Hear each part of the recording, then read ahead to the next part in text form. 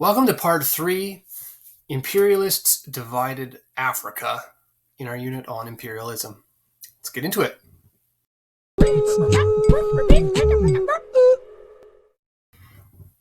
So go ahead and read Imperialists Divided Africa. It's a chapter packed with stuff that we're going to review shortly, but go ahead and read it, page 571, and then come back to this.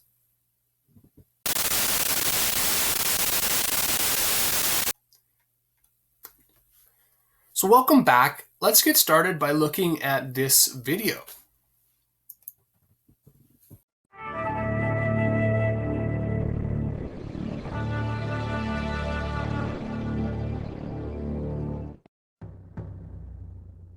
In the late 1800s, imperialist European nations gained control over much of Africa.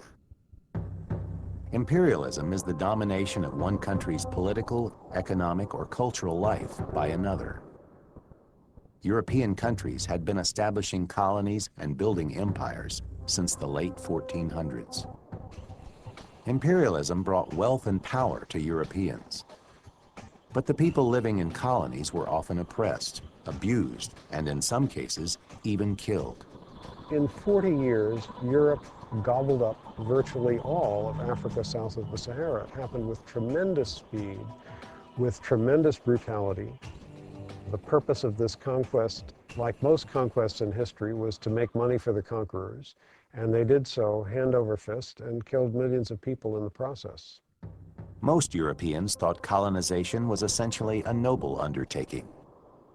After all, they said, Europeans had strong economies, well-organized governments, and powerful armies and navies. Meanwhile, African nations were troubled by economic weakness and political divisions. The transatlantic slave trade, which did not end until the 1800s, had drastically reduced the populations of African societies. The slave trade had also contributed to intertribal warfare. European power was fueled by the technology of the Industrial Revolution. New weapons and steam-powered locomotives and ships gave Europeans the ability to move quickly and fight wars with brutal efficiency. European manufacturers wanted access to natural resources such as rubber and petroleum. African colonies could also serve as vital ports for European merchant and naval ships.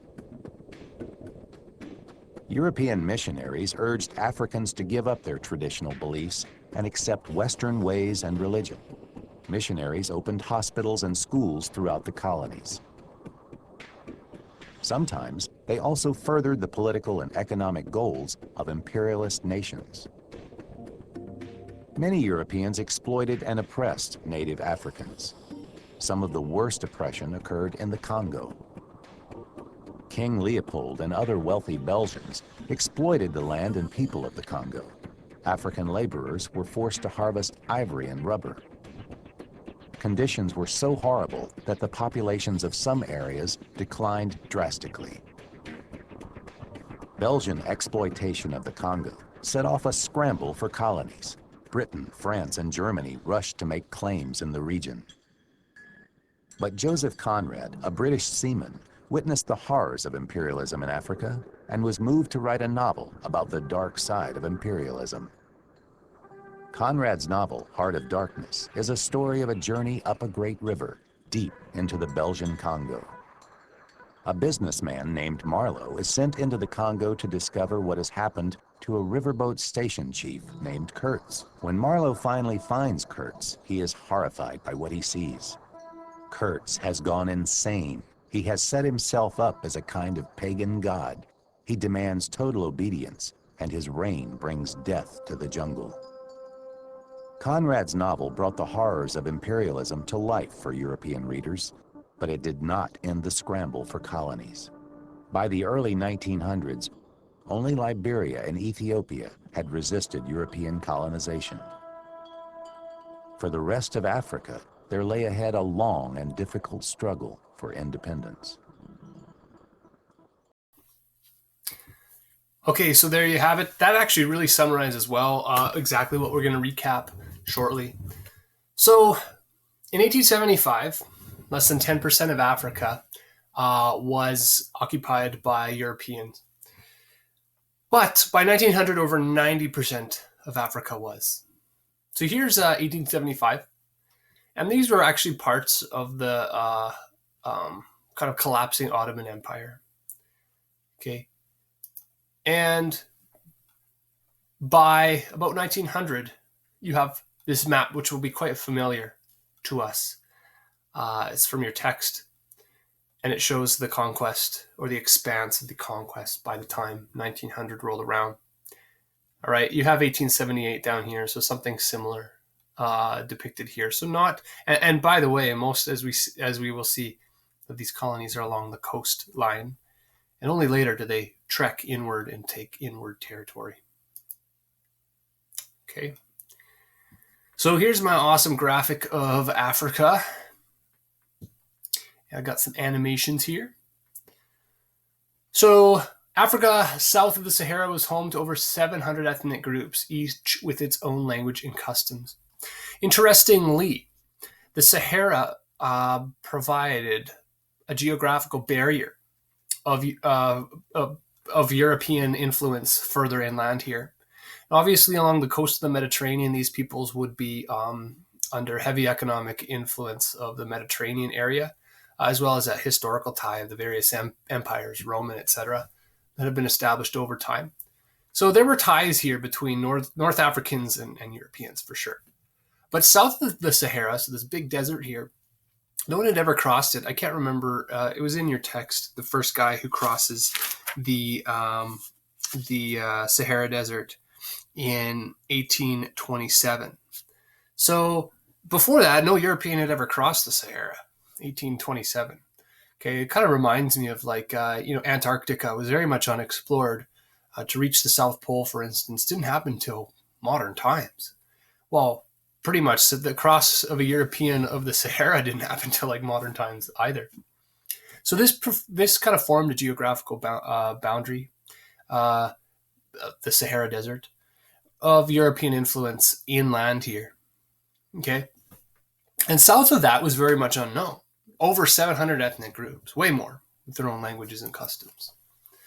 Okay, the other thing is that this little dotted line here depicts the trade routes and the sailing routes of various Europeans over the centuries. Now, some of these Africans had traded with Europeans and interacted with them along the coastlines of various goods and things like that. Slave trade among that. And for centuries, so they had no reason to expect that trading relationship would ever change. But it does. What was to come was not foreseeable or preventable for the African peoples. And it happens very rapidly, way too fast for them to adjust, okay, to sudden European invasion and takeover. Most communities of these people in Africa were organized based on tradition and kinship. Occasionally, a powerful group might arise, as our text said, and kind of overtake surrounding groups and form some form of an empire.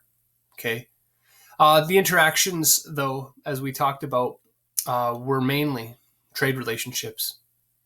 The Industrial Revolution would be an inevitable factor that changes this relationship, as we see industry demanding sources of raw material, as we see industry demanding new markets to sell those goods, okay, and obviously as we see the drive for profit and whatnot being a driving force for imperialism, as much as, and interestingly, the drive for national pride in nationalism as well. So Africa would be kind of victim to that, to those consequences of the Industrial Revolution and nationalism. So between 1885 and 1914, we have the partition of Africa, or the scramble for Africa. This is a map that you could find on 573 in your text. And this one will show in color code the different countries at work here, creating their giant empires. So you can see the French have a nice big chunk in green.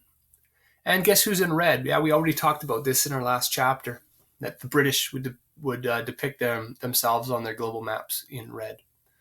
Okay, and German Portuguese, Italians even have some territories here. Belgians, we'll talk about the Belgian Congo next. And even the Spanish are out here. And they kind of actually look red in this map. I've never noticed that before. Okay. Right here, Spain. Good job, Spain.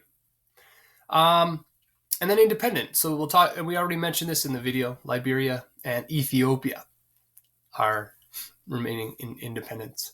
So how does the map get to look like this? What is the process of that? How does that happen? And what are some of the generalizations we can make about our observation of history at this point in time?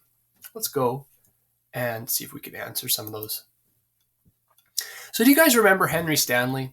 He was that journalist who went on an adventure to find Dr. David Livingstone. And he does succeed. He becomes very famous. And because he's now this famous explorer, now experienced in the travel and continent of Africa, okay, he goes, and for Belgium, does this.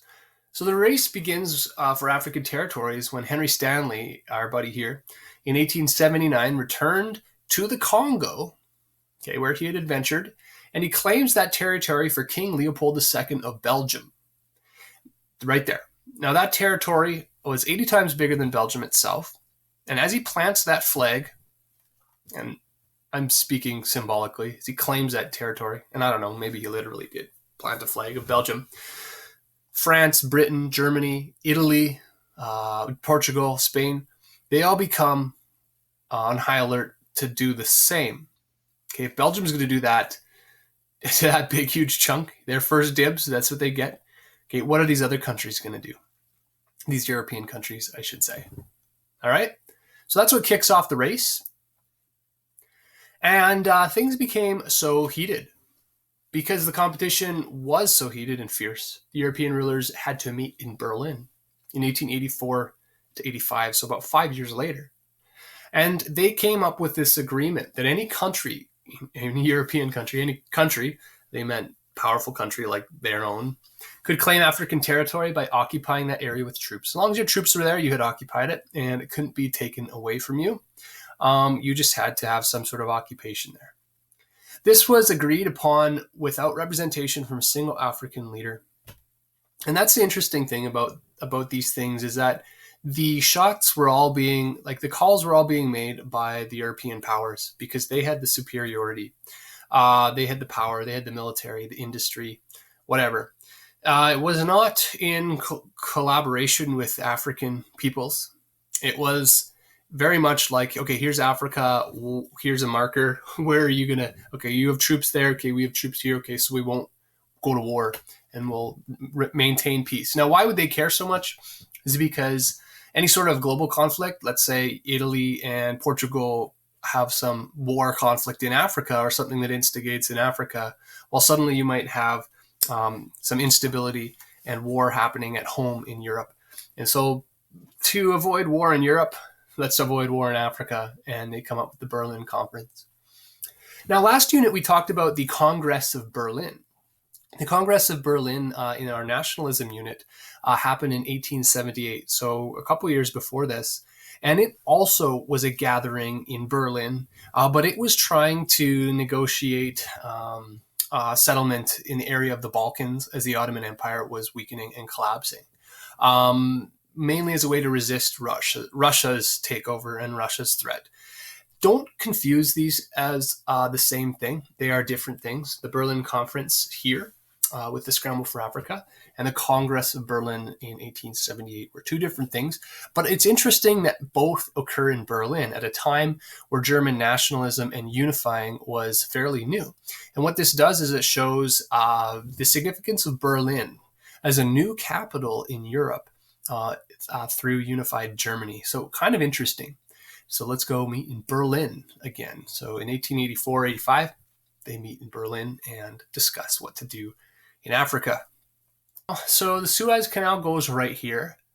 Okay. With their conquest of northern Africa, the French begin the construction of the Suez Canal. You establish control over a valuable trade route. You have economic advantage over other people. So the Suez Canal was one of those that made the trip let's do kilometers because we are in Canada. From Mumbai, and to London, be 11,600 kilometers if you go through this way. And it would be almost double that to go around this way. So you could cut your trip in half virtually.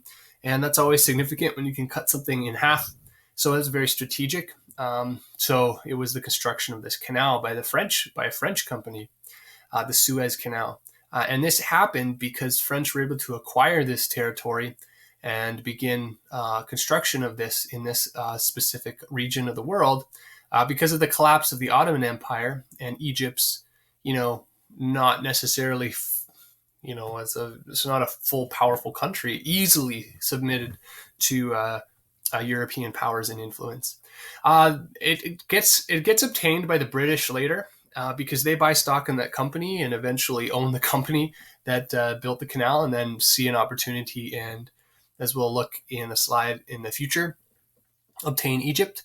But it's a key point of interest for the British in their shipping routes, and by 1882, Britain had taken over Egypt, which we'll see on the next slide. Now, here's an interesting fact. The Egyptians so the company was French, the laborers were Egyptian. And this is something you typically see, is that the native inhabitants will become your working class and exploited working class.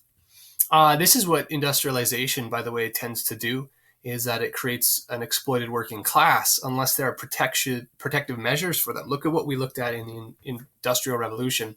Until laws were passed to protect the working people, they were exploited for profit by the factory owners and merchants. All right, same thing in these countries. There is no law, and we'll talk about how the African people were exploited. But on that same note, as these Egyptians are digging through desert sand to join the Red Sea here to the Mediterranean, nobody actually knew for sure if the sea level here was different than the sea level here, and if one would be more elevated than the other, therefore making one flow into the other. For instance, if water began to flow from the Indian Ocean into the Mediterranean, it would flood out the Mediterranean. Who knows what sort of effect might happen.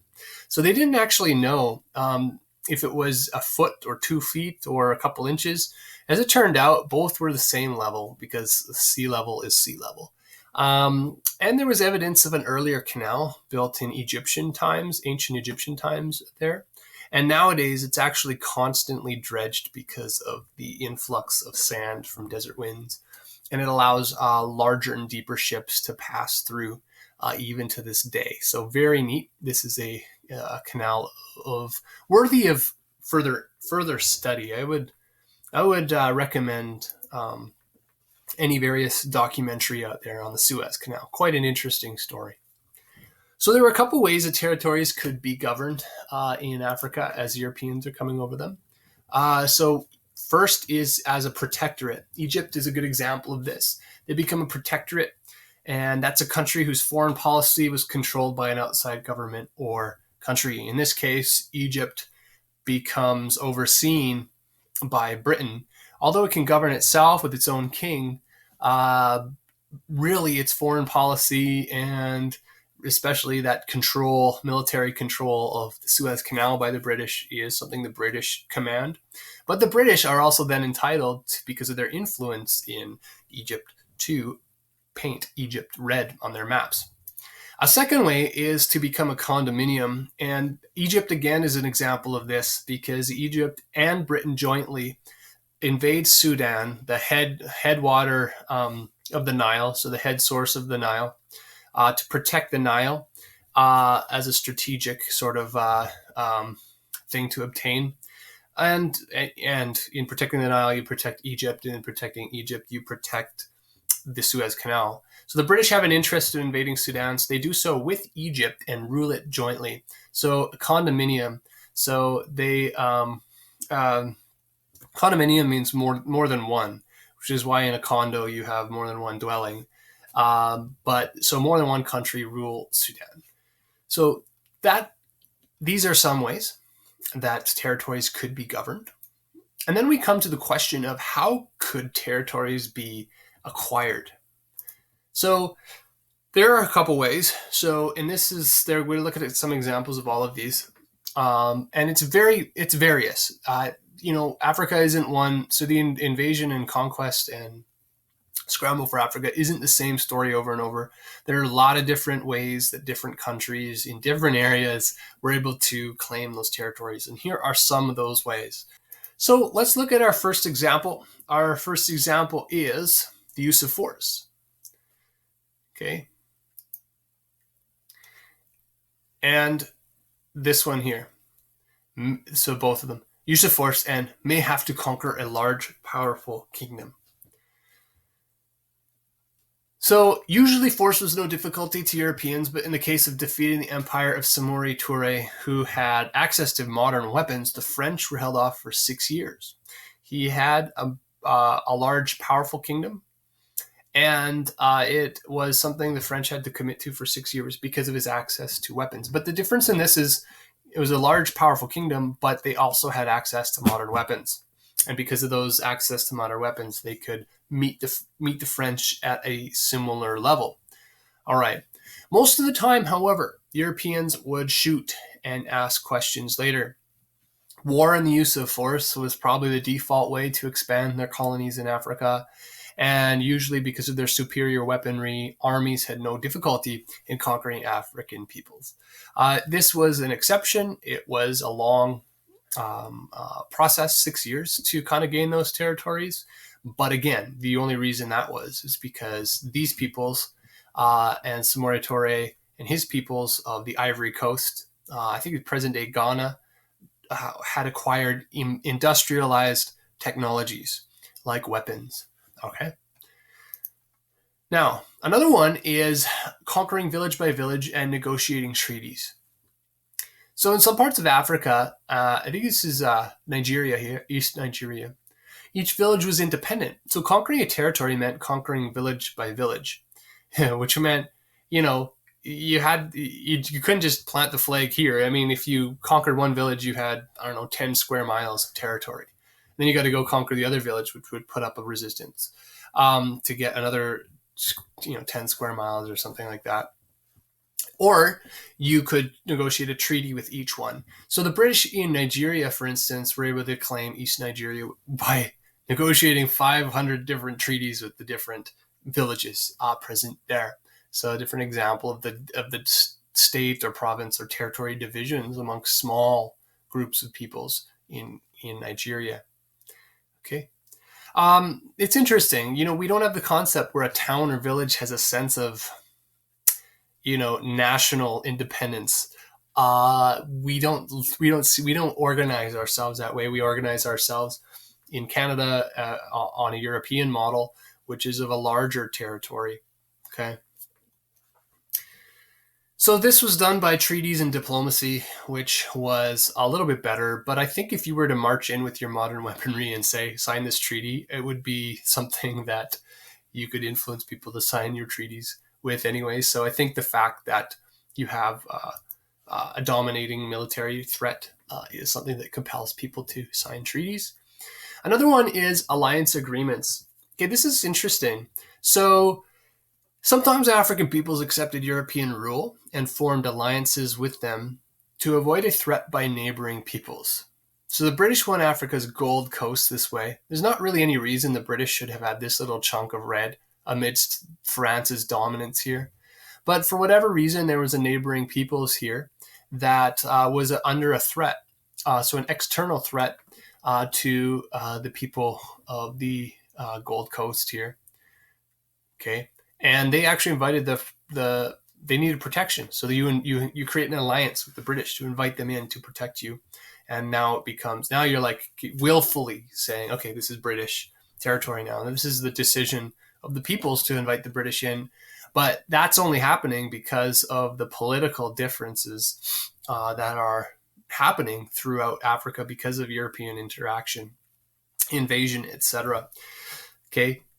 So that compels these peoples or different peoples to invite a European power in to protect them.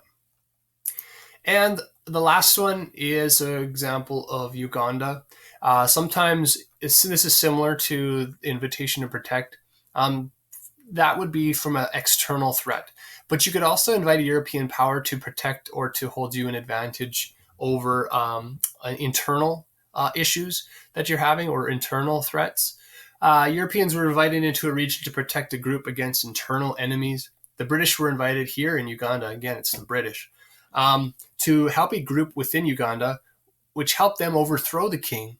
And this would invite a European in to help a group within a territory overcome another group within a territory, to help provide backing to internal conflict within a territory. In this case, it was Christians versus Muslims, and the Christians, obviously British being and European being Christian, came in to defend the Christian groups, and the Muslim rulers were overthrown.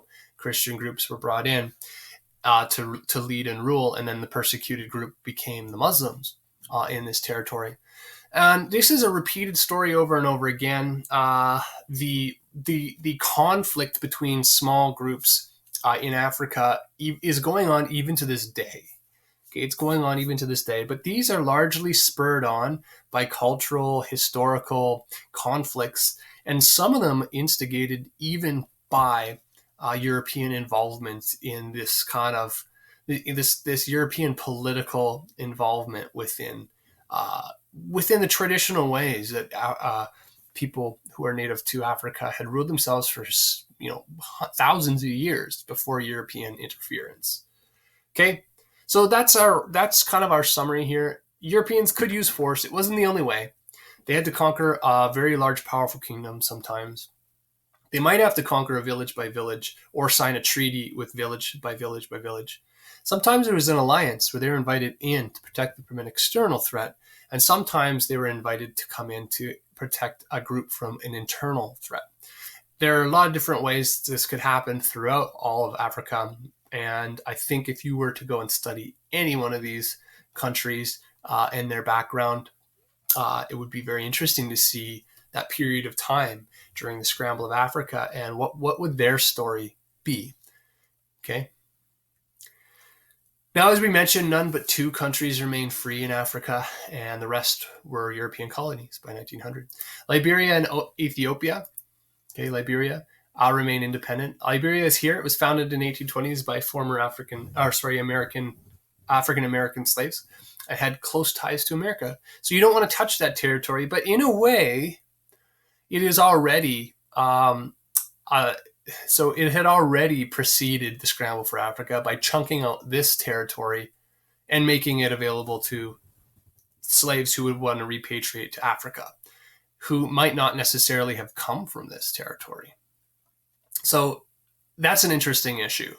In any case, during the scramble for Africa, it is not obtained by European power because of its ties to America. Secondly, was Ethiopia. So the story of Ethiopia is actually quite interesting too, because over any other empire in Africa at the time, non-European empire, Ethiopia was able to thwart European invasion. They had a couple things in their favor, though. Number one was geographical protection. So they had mountains, but they also had opposing powers on all different sides. So they were kind of like a buffer zone between, Italians, French, and British or something like that. There it is. So they were a buffer state between French, British, and Italian colonies. And they actually had a strong leader who, with modernized weapons, was able to turn back an Italian invasion in 1896, and nobody tried to invade it after that. Okay. Their access to modern weapons, again, was a key factor. They could defend themselves. And in fact, their access to modern weapons and their industrialization in that sense actually made them superior and an empire that would go out and invade neighboring peoples up to 1913. So their empire was actually one that was expanding at this point in time. No other African country did this. Ethiopia is an exception to that because they're actually able to industrialize in a sense, gain modern technology and weapons, and go and conquer neighboring peoples. Now, we're going to go a little bit and look at the way of life of people and how it was challenged. Aside from Algeria, South Africa, Kenya, and Rhodesia, there were not many European colonists who made Africa their permanent home in huge numbers. Okay, So there aren't tons of Europeans coming to live in Africa and to set up a new way of life there. It's limited. In most cases, so they're not like, sometimes they're coming to farm, but they're not coming to settle Africa like they did, let's say, Western Canada, where Europeans flocked here to settle land. So that's not happening in Africa necessarily. In some places it is. They're there to kind of administer the colonies mainly. Okay, maybe set up mines and other economic interests versus coming to actually settle and live and farm in Africa. Europeans mostly just disturb the traditional ways of life of the native populations by doing the following. So number one is taxation. Okay. Interestingly, if you want to impose a way of life upon people that is different, now, for instance, your African peoples didn't have a currency economy. It was a trade and goods and trades services type of economy. They didn't use money, in other words. So how do you make them use money? That was one of the ways you needed to change their lifestyle and to impose your European culture upon African peoples. And that one of those was to tax them. And taxing was a strategy to make African peoples have to earn money so that they could pay tax. Now, they were taxed before, so they knew what tax was, but they didn't tax with currency, with money. They taxed with goods, with services, with something like that. Okay, it was kind of a trade and barter system for the most part. So you really change their way of life by imposing taxation, because then you force them to make money. Now, tax money was used to benefit the colonies in Africa, to provide services that we expect taxes to pay for, like health, agriculture, education, and others. And sometimes the Africans would benefit from these services, but most of the time they're provided for European colonists or traders or those upper classes of society who could actually access those services. So interestingly, taxation was imposed upon people who didn't necessarily get the full benefit of those taxes either. So I can see a great injustice happening and a great feeling of resentment happening amongst your tax base if they're not feeling like they're benefiting from the taxes that they pay. Okay, so as we see, taxation disrupts the traditional way of life of people. Now they're forced to make money, find work, namely in European factories, mines, or plantations for cash crops, which we'll talk about is another different thing. Okay. Another way of life that was challenged was just the rich resources that were found in Africa, and how Africans didn't obsess about the access to these raw natural resources, mineral resources that Europeans did. Okay, Europeans are obsessed with profit and stripping the earth for these things. Okay, so what happens is parts of Africa are found rich in copper, gold, manganese, tin, diamonds. Okay, and the mining of these things becomes something that African peoples will find employment in. Okay, we saw Cecil Rhodes being a diamond mine owner. We'll get to him in a bit. Another thing is crops.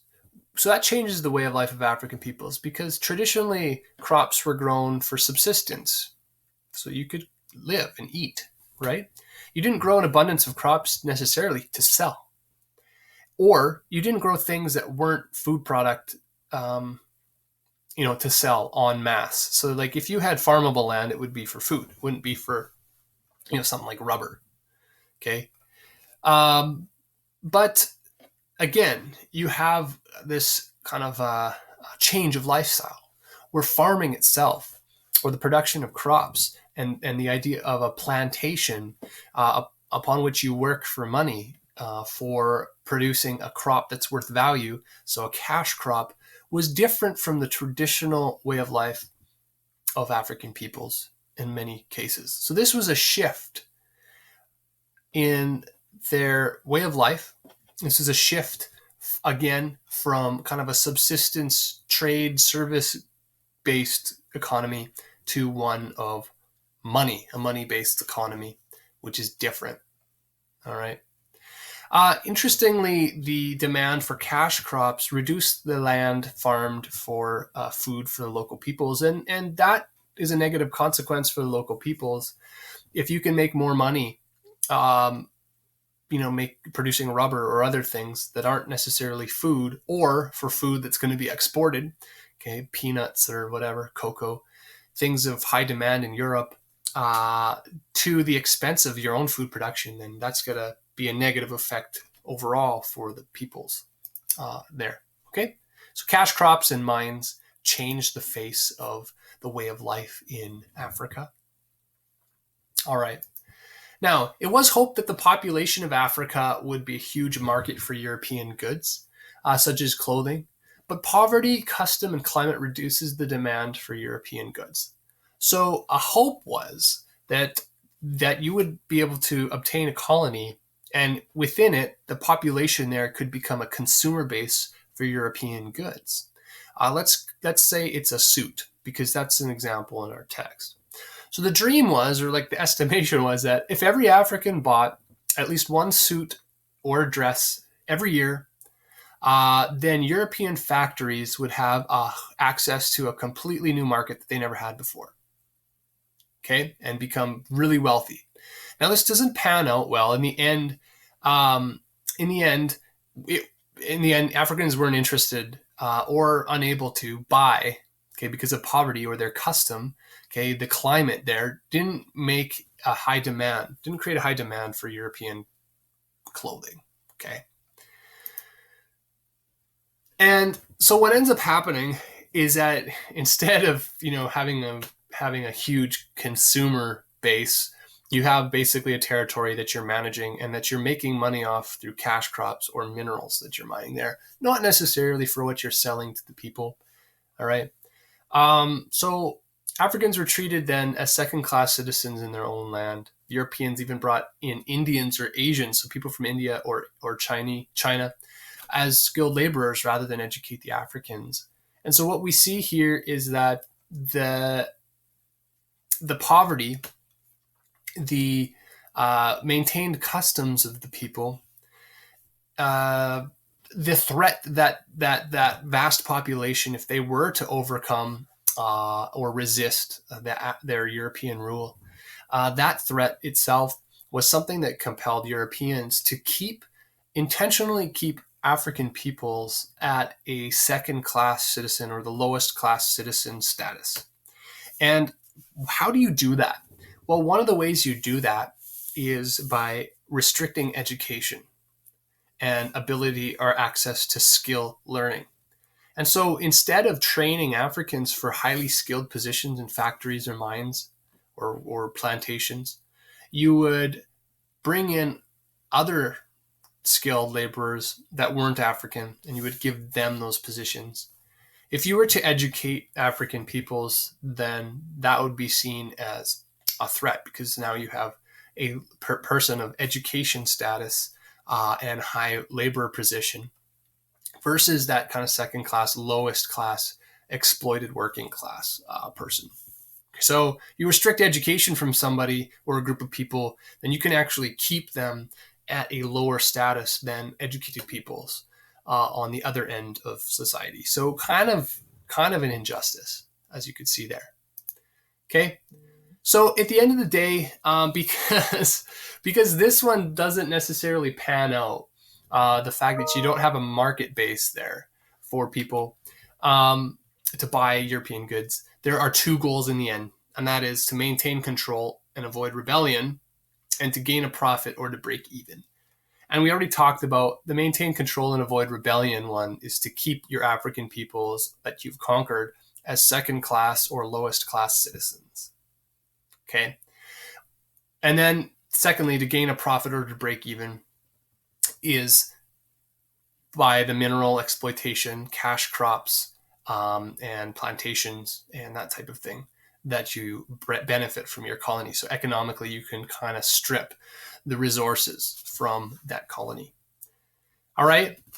Now, of course, African leaders wanted to regain the control that their people once had, but this was highly resisted by Europeans by restricting education, but also by instigating rivalries between African ethnic groups. As we know, let's say, you sign hundreds of treaties of different villages that used to be semi-independent. Well, now you make all those villages clash against each other. And as long as they're worried about clashing against each other, they're not going to unify to clash against you as Britain. Okay? So if you can create rivalries amongst your African ethnic groups, then you're dividing those people so that they don't unite and that they don't rebel. They can't rebel. Africa remains, to this day, one of the most impoverished places on the planet. When you think of poverty and famine,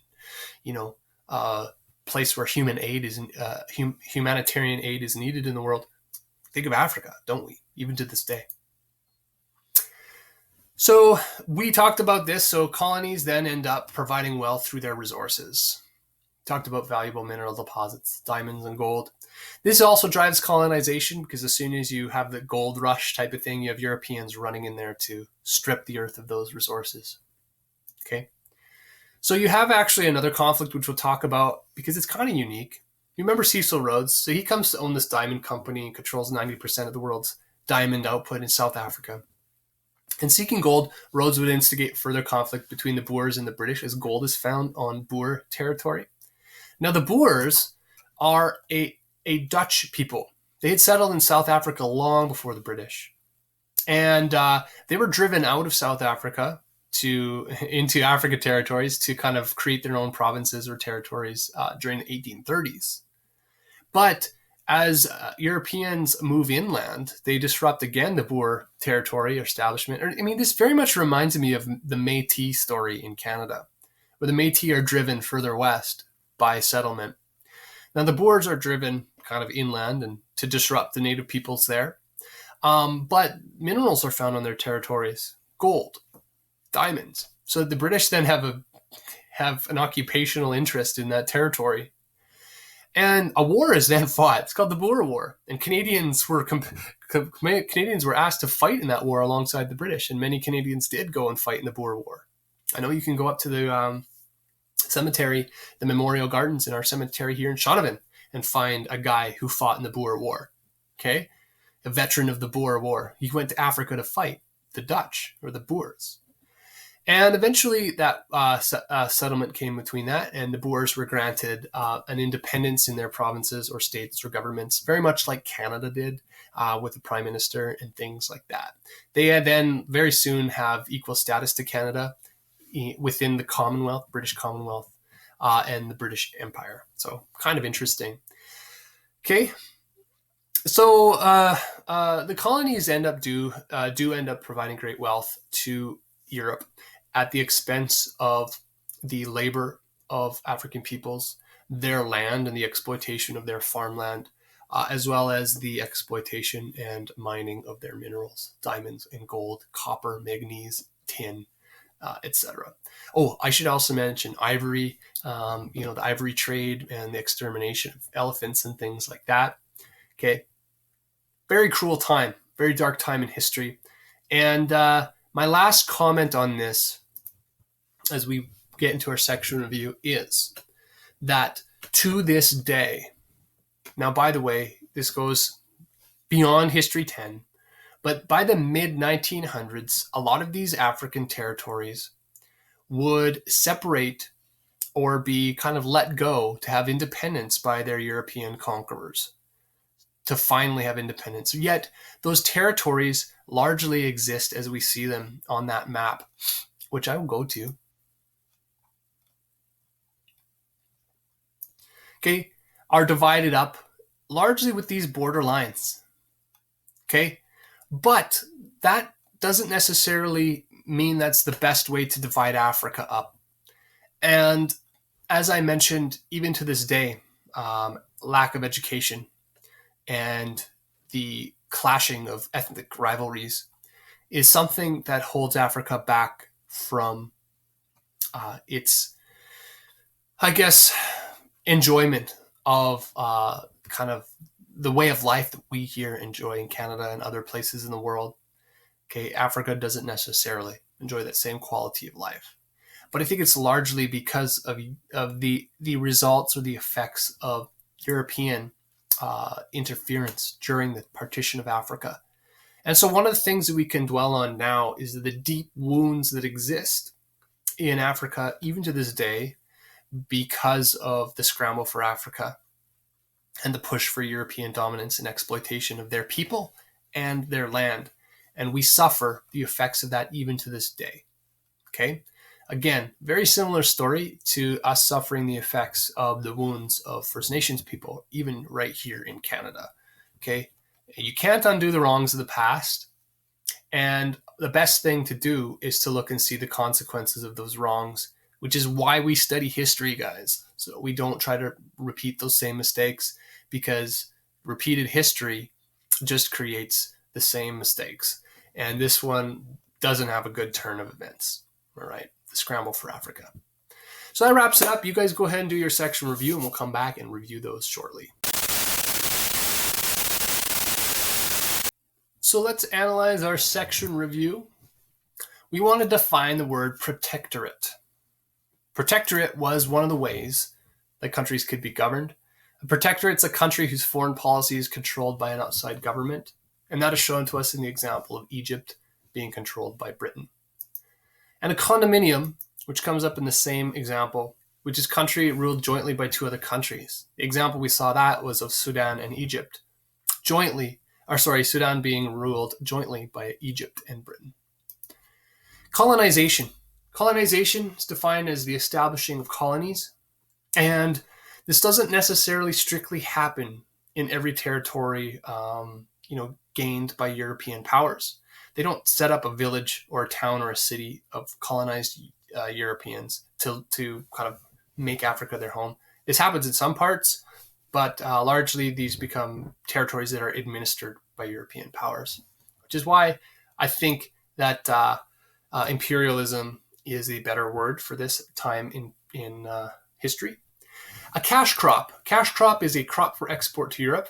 It was not the traditional way of farming of African peoples to make vast crops just for profit or for money. You grew kind of what you needed to trade or barter with or to sustain yourself. So it does change the way of life of people.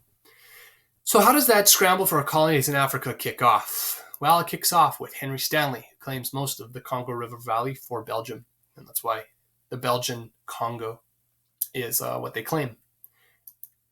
Why did representatives of European countries meet in Berlin?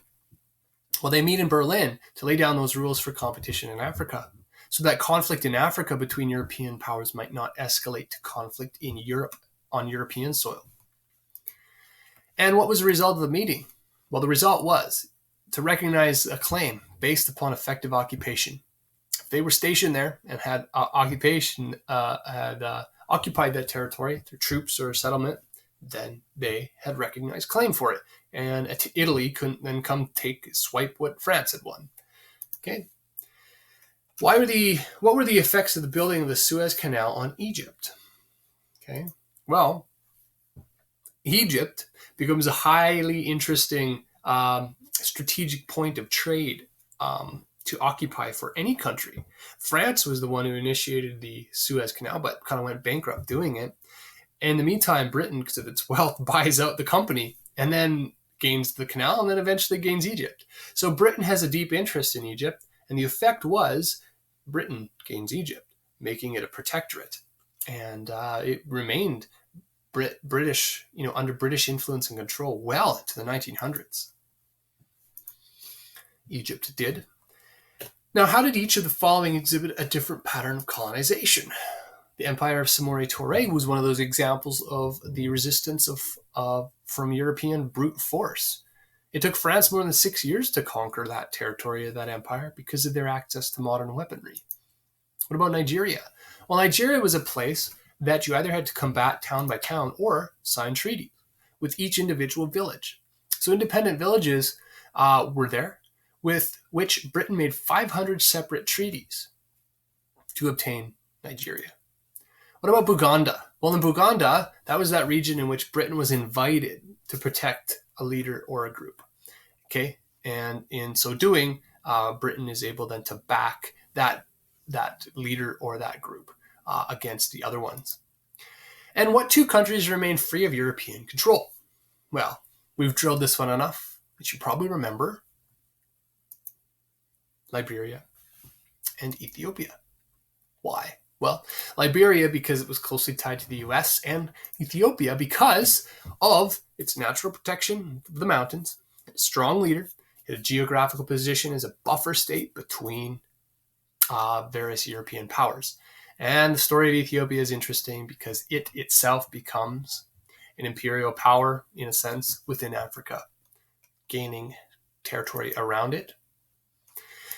Then we want to look and see the Boer conflict. So how did the Boers and the British come into conflict? Well, they came into conflict because the Boers resented British rule. Okay, they didn't want British rule. That's why they moved out of South Africa in the first place. They migrated to new territory to farm. And tensions mounted when diamonds and gold were discovered on the territories that they were farming in. And so then the British are coming in and then creating that tension. And then the Boers are like, no, we've got a war. So they go to war. Boers take up arms in 1899, called the Boer War. Canadians fought in the Boer War. In fact, the weapons the Canadians took to the Boer War in the Canadian military were the same weapons they took to World War I, which sucked. Everybody knew that. So you're sending your men to World War I with crappy weapons. Don't ask me what they are. I'm not a weapons guy, but that's interesting. The Boer War. And what concessions did the British eventually make? So in time, the Boers are allowed to keep their language in both schools and courts and help them rebuild their farms. I like this because of its ties to the British treatment of French in Quebec in Canada's own history, guys. Okay, you have this concession of a different European ethnicity to retain their language and culture within a British territory. So the French are the same way here in Canada. And how did colonization make Africans second-class citizens in their own territories? Well, in politics, it denied Africans control of their own government. African leaders didn't have power or control, like they once maybe had. Africans were ruled politically by Europeans from Europe. Okay, and remember, there weren't even any African leaders invited to Berlin. So the next is taxation. By forcing them to pay taxes, you then change their lifestyle to require them to take those low-paying jobs in European-owned factories, mines, plantations, etc. You're forcing a new way of life upon these people. The way of life of the working class that we saw in the Industrial Revolution. You're forced to go make money and put money in the bank and pay and spend money for food. As the system changes to one of employment and one of the payment and requirement of currency, financial, like money currency. That's the way of life we have today. I mean, we don't know anything different, right?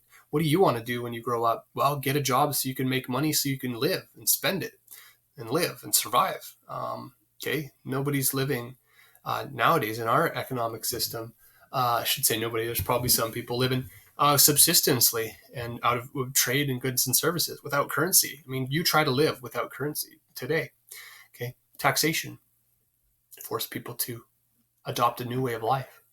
Hope that makes sense.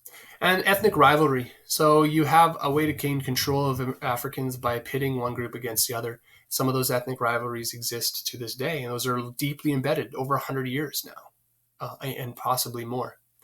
And education, by keeping Africans uneducated. If you have a skilled position, you don't make an African in charge of that.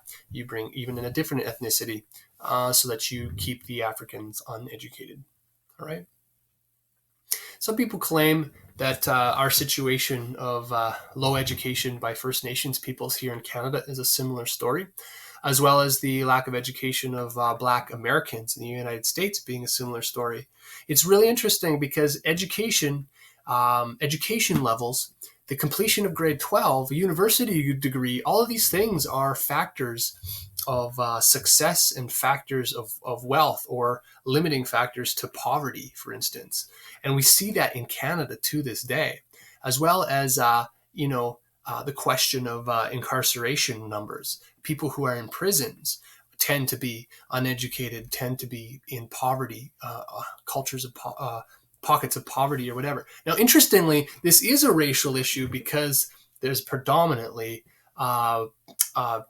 even in North America, so Black African Americans or ethnic populations, as well as First Nations or Aboriginal populations here in North America, are still to this day, percentage-wise, uneducated, not university degree, don't have a grade 12 diploma, okay, and live in a degree of poverty more than the average non-African or First Nation Aboriginal ethnic person in North America. So keep that in mind. Africa is the same way. Education, you've limited education, then you increase poverty.